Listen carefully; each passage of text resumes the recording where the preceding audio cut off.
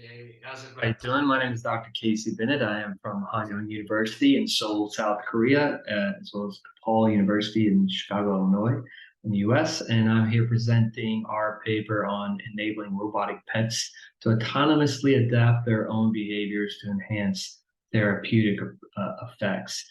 So there's a collaboration with a lot of different people from Korea and Hanyang University, as well as Indiana University in the United States, and Mississippi State University and Clemson University, all in the United States as well.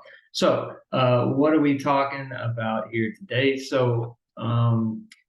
We've been working on the topic of sort of robotic pets and socially assistive robots for many, many years now. And one of the big questions, the principal question that we have, that many people have, is trying to create robotic pets that are more adaptive, sort of autonomously, so that their behaviors can fit the needs of different people.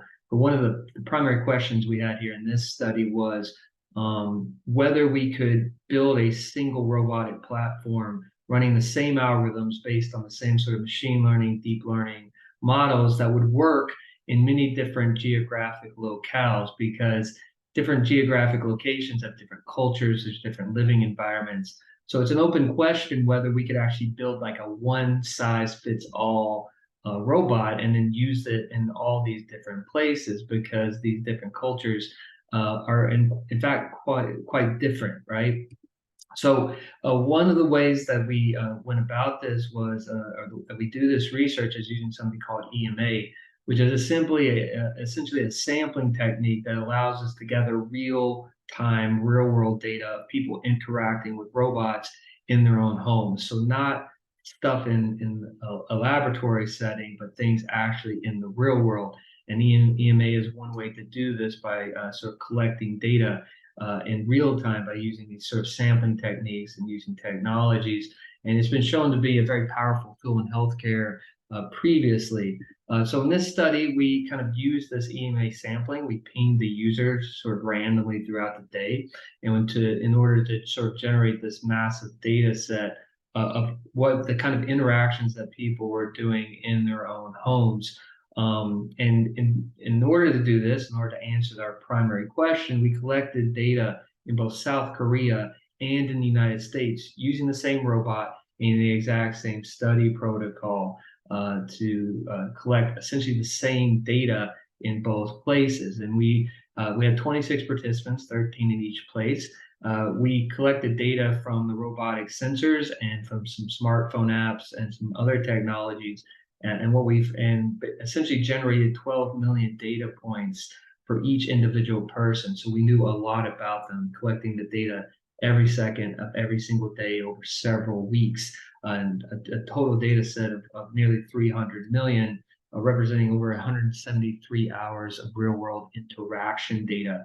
And then we use the EMA prompts as our targets, and our robotic sensor data we use as our feature data.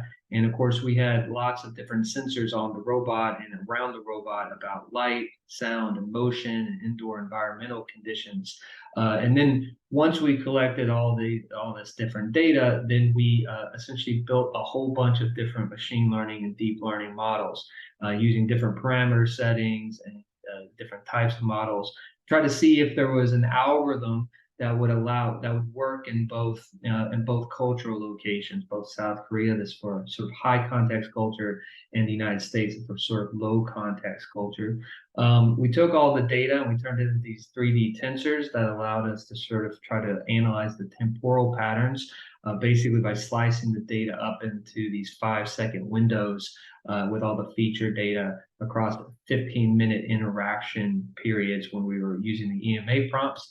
And then we analyzed several different data sets that included both the single locale, so same locale data, and then cross locale data. So then when we mix the data together, or in some cases, we would train the data in Korea and test it in the United States, or vice versa, to see if the same models would work in both places. So the overall results were basically that the same locale models, when we trained the data on the same sort of location and tested it in the same location, worked pretty well. But when we tried to do it cross locale, it didn't work very well, right? So from Korea, training in Korea and then testing it or using it in the United States or vice versa, it didn't work. And we had the same problem when we kind of mix all the data together in one big data set. It also didn't work. Now, the deep learning models we built did work a little bit better than machine learning models. We got about accuracy up in the mid 80s, but nevertheless, the patterns were the same, both regardless whether it was machine learning or deep learning. We also looked at different specific interaction modalities. Some were easier to detect than others, and so you can kind of see that here. And there were of course, some different patterns between different modalities in terms of machine learning, deep learning. And then we also looked at different interactions that actually occurred. And what we found were that the behaviors that actually happen at different frequencies in Korea and in the United States, which has to do, we think, with people's home living environments, right? And so, Koreans would often spend a lot of time watching YouTube on their bed and stuff, and that would show up in the sensor data of the robots.